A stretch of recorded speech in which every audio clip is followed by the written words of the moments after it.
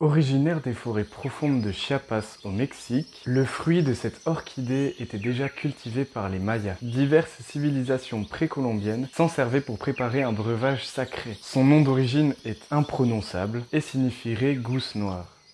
Salut la compagnie. Alors, est-ce que vous avez deviné quelle est cette épice? Eh bien, de l'une des épices les plus chères du monde, mais aussi l'une des plus appréciées.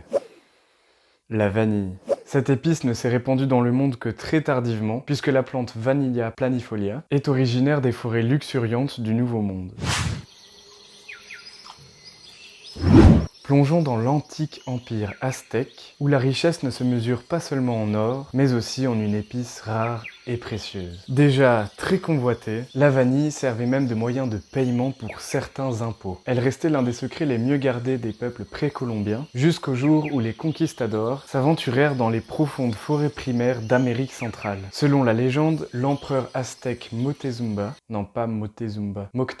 selon la légende, l'empereur aztèque Moctezuma aurait partagé ce trésor aromatique par le biais d'une boisson amère et vanillée à l'espagnol Cortés en 1520. Le parfum enivrant et la saveur exquise de cette épice ont sans doute émoustillé les Européens qui ont eu alors une brillante idée, emporter des boutures et des graines dans le but de cultiver la vanille directement sur leur terre. C'est ainsi qu'a débuté la grande exode de la vanille à travers le monde.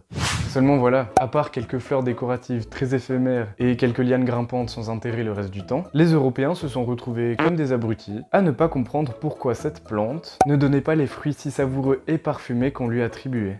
Imaginez un peu, cela fait 300 ans qu'un idiot prétend avoir ramené un trésor de goût du Nouveau Monde, mais personne ne semble capable d'obtenir ne serait-ce qu'une seule de ces gousses. En 1815, lors de l'introduction du vanillé sur l'île de la Réunion, le Mexique demeurait encore et toujours le seul producteur mondial de vanille. Donc cette fleur poussait dans les jardins ou dans les serres tropicales d'Europe uniquement pour des raisons décoratives. Avec le temps, les Européens pensaient même que les Aztèques avaient gardé un secret qui leur permettait d'être les seuls à obtenir de délicieuses gousses de vanille. On croyait même parfois à une malédiction ou à un mauvais sort. Ça n'est que 26 ans plus tard, en 1841, que quelqu'un découvrit enfin l'ultime secret des Aztèques. Cette histoire se contredit un peu et attribue parfois cette découverte à un naturaliste. Et pourtant, il y a de fortes chances que ce soit un esclave du nom d'Almond Albius Dumbledore, non, qui découvrit comment s'y prendre pour obtenir de belles gousses. Et ce, sans même faire appel au Quetzalcoatl ou au service après-vente des Aztèques. Il suffisait simplement de polliniser la fleur de vanille à l'aide d'un cure-dent. Cette découverte a permis à Edmond, l'esclave, d'obtenir un prix Nobel et d'être fortement récompensé. Non, je rigole, il a juste été affranchi. Ça n'a rien d'une formule magique pour faire pousser la vanille. Et pourtant, cette abeille est en fait la seule à pouvoir rentrer dans les fleurs du vanillé. Certains colibris le peuvent aussi, mais tout comme Melipona, ces espèces sont indigènes et exclusives aux forêts d'Amérique centrale. Du coup, sans le savoir, les peuples précolombiens détenaient bel et bien un secret pour faire pousser les gousses de vanille. Les autres régions du monde où se cultive actuellement la vanille doivent donc polliniser à la main.